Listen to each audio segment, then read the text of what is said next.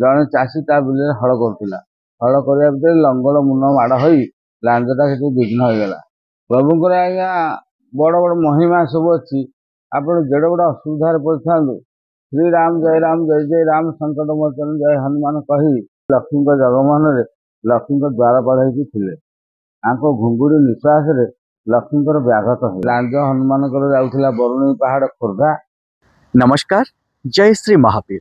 यह पवित्र नीलाचल धाम समुद्र स्पंदन प्रभु जगन्नाथ महिमा और असीम भावना मध्य अवस्थित अछंती प्रभु श्री श्री शिरोली महावीर, जहांकर दर्शन मात्र के प्रतिटी हृदय शांति भक्ति और शक्तिर ज्वाला जागृत हुए। तेबे चलंतु यह पवित्र मुहूर्त में बुली जिबा प्रभु श्री श्री शिरोली महावीर मंदिर।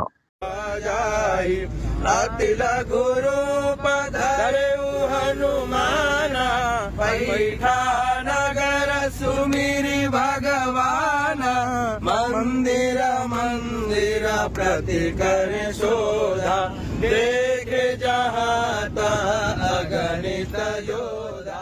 गाँ ना हूँ शिरोली, नाम है शिरोली महावीर। 1235 ख्रीष्टाब्द राम रावण युद्ध सरिया पर हनुमान जी पुरी लक्ष्मी जगमोहन लक्ष्मी द्वारपाल थे। घुंगुड़ी निश्वास लक्ष्मी शोवा व्याघत है। घुंगुड़ी मंदिर कंपिला। माँ लक्ष्मी जो जाती जगन्नाथ पाद मचाड़ा से समय पाद सेवा करने समय प्रभु को जनइले बोले प्रभु हनुमान को जो मो पाखे रखा जाए द्वारपाल कर सी जो भाया घुंगुड़ी मारी सी जो दूर भूस डिया डेई करुच्ची मु खाईपार कि शोपार प्रभु को जनइले। प्रभु कहले हनुमान को हो हनुमान तो आम परम भक्त आता कथा कौन करवा।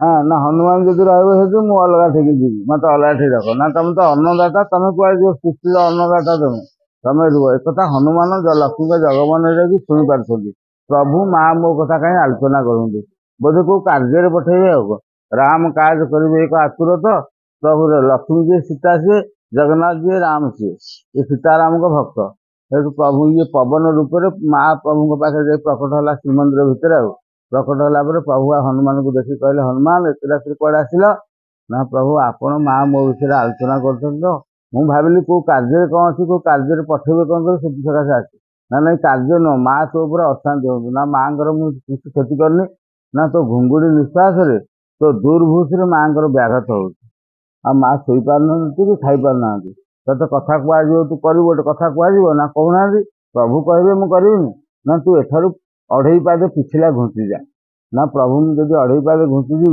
आपण प्रत्यह दर्शन केमती पाइबी आपणकर माल महासात केमती पाइबी ना तू जा तोर अढ़ई पाद जो शेष हम से आविर्भाव हेल्ले मो रजा को स्वप्न आदेश करी मोर जमी 5 धूप 3 अवकाश तोर सेमती 5 धूप 3 अवकाश हम डेली माल महासात बाहर आ मत दर्शन करने को पूर्वपटे मु रजा कह मंदिर कला पूर्वपट को 4टा पंजर रखिए से पंजर द्वारा मो निरजक तू दर्शन करी प्रतिदिन सब संध्या 7 8 हो गले प्रत्यह हम जगन्नाथ जो लाइट फोक्सिंग लाइट पड़े श्रीमंदिर अँला बेढ़ा को से लाइटा जो व्हाइट ना श्रीमंदिर अँला बेढ़ाटा ये आम मंदिर को पूरा देखा लाइट पड़ा मैंने श्रीमंदिर आम ये नदी बंध को देखा मंदिर पाचीरे देखा ये पाखापाखि पूरा लगला भाया देखा निजे से कथा मान कि आसी आविर्भाव होती रजा आसिक ये मंदिर कर रजा को स्वप्न है रजा आसी मंदिर कर अनक भीमदेव अमल रजा थे प्रतिदिन सकाल भोर 4टारू मंदिर गेट खोल मंगल आरती हम 5टा 15 प्रत्यह मंगल आरती हम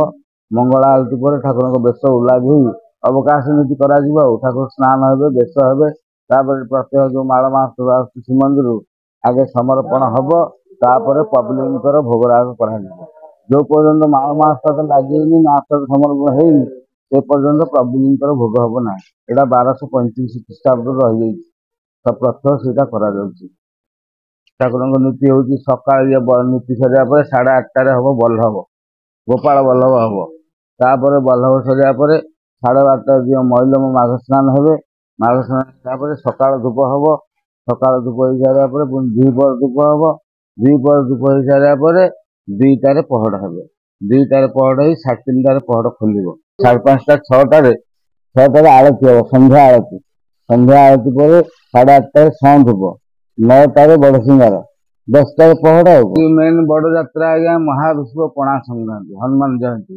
अप्रैल 14 से हम ବହୁ ଲୋକ ସମାଗମ ଯେମିତି ରଥଯାତ୍ରାରେ ଲୋକ ହେବେ ଗହଳି, ଏଠି ସେମିତି ବହୁତ ଲୋକ ଗହଳି। ଚୁଡ଼ା ଘଷା ଭୋଗ ସବୁ କରିବେ, ଗାଁ ଗାଁ ଲୋକ ଆସି ଚୁଡ଼ା ଘଷା ଘଷିକିରି ଏଢା ଚାରିପଟ ଘଷି ଠାକୁରଙ୍କୁ ଭୋଗ ଲଗେଇବେ। ତାପରେ ରାମ ନବମୀ ଅଛି, ଦଶହରା ଅଛି, ଗୋଟେ ପର୍ବ, ଠାକୁର ଏଠାରୁ ଦୋଳ ବିଜେ କରିବେ ଦଶହରା ବେଦି। ଆଉ ଦୋଳ ଯାତ୍ରାରେ ଠାକୁର ଦୋଳ ବେଦିକି ଯିବେ, ଦୋଳି ଖେଳିବେ, ଆଉ 7 ଦିନ ଭୋଗ ଖାଇବେ। ଏଇ ସବୁ ବହୁତ ପ୍ରକାର ନୀତିଗତି ଅଛି ଆଉ 12 ମାସରେ 12 ପର୍ବ ଆଉ ହନୁମାନଙ୍କର ଏଠୁ ଲାଞ୍ଜ 6 କିଲୋମିଟର ଦୂରରେ ବାହାରିଛି। ଲାଞ୍ଜ ହନୁମାନଙ୍କର ଯାଉଥିଲା ବରୁଣେଇ ପାହାଡ଼ ଖୋର୍ଦ୍ଧା। ଜଣେ ସମସ୍ତଙ୍କ ବିଲ ଲାଞ୍ଜଟା ଲମ୍ବି ଲମ୍ବି ଯାଉଛି। ଜଣେ ଚାଷୀ ତା ବିଲରେ ହଳ କରୁଥିଲା, ହଳ କରିବା ଭିତରେ ଲଙ୍ଗଳ ମୁନ ମାଡ଼ ହୋଇ ଲାଞ୍ଜଟା ସେଠି ବିଘ୍ନ ହେଇଗଲା, କଟିଗଲା। କଟିଯିବା ପରେ ରକ୍ତସ୍ରାବ ହେଲା। ରକ୍ତସ୍ରାବ ଦେଖିକିରି ହଳୁଆ କହିଲା, ମୋ ବଳଦ ତ ଖଞ୍ଜା ହେଇନି, ମୋର ତ କିଛି ଖଞ୍ଜା ହେଇନି, ବ୍ଲଡ୍ କୁଆଡୁ ଏତେ ଜମିରୁ ବାହାରୁଛି। ସେ ବ୍ଲଡ୍ ଦେଖି ବେହୋସ ହେଇଗଲା।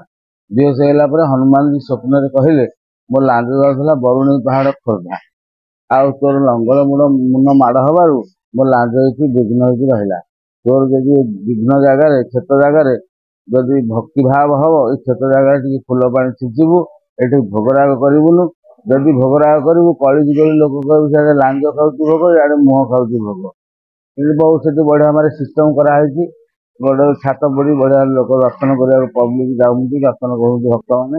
ତାଙ୍କ ନାଁ ହଉଛି କାଣ୍ଡଗୋଦା ମନାପୁର ଗହିର। ପ୍ରଭୁଙ୍କର ଆଜ୍ଞା ବଡ ବଡ ମହିମା ସବୁ ଅଛି।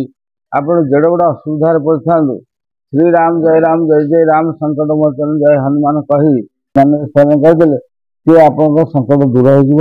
प्रभु शिरुली महावीर जगतर कल्याण करंतु, यह ही आमर कामना रहुछि। नमस्कार। जय श्री महावीर।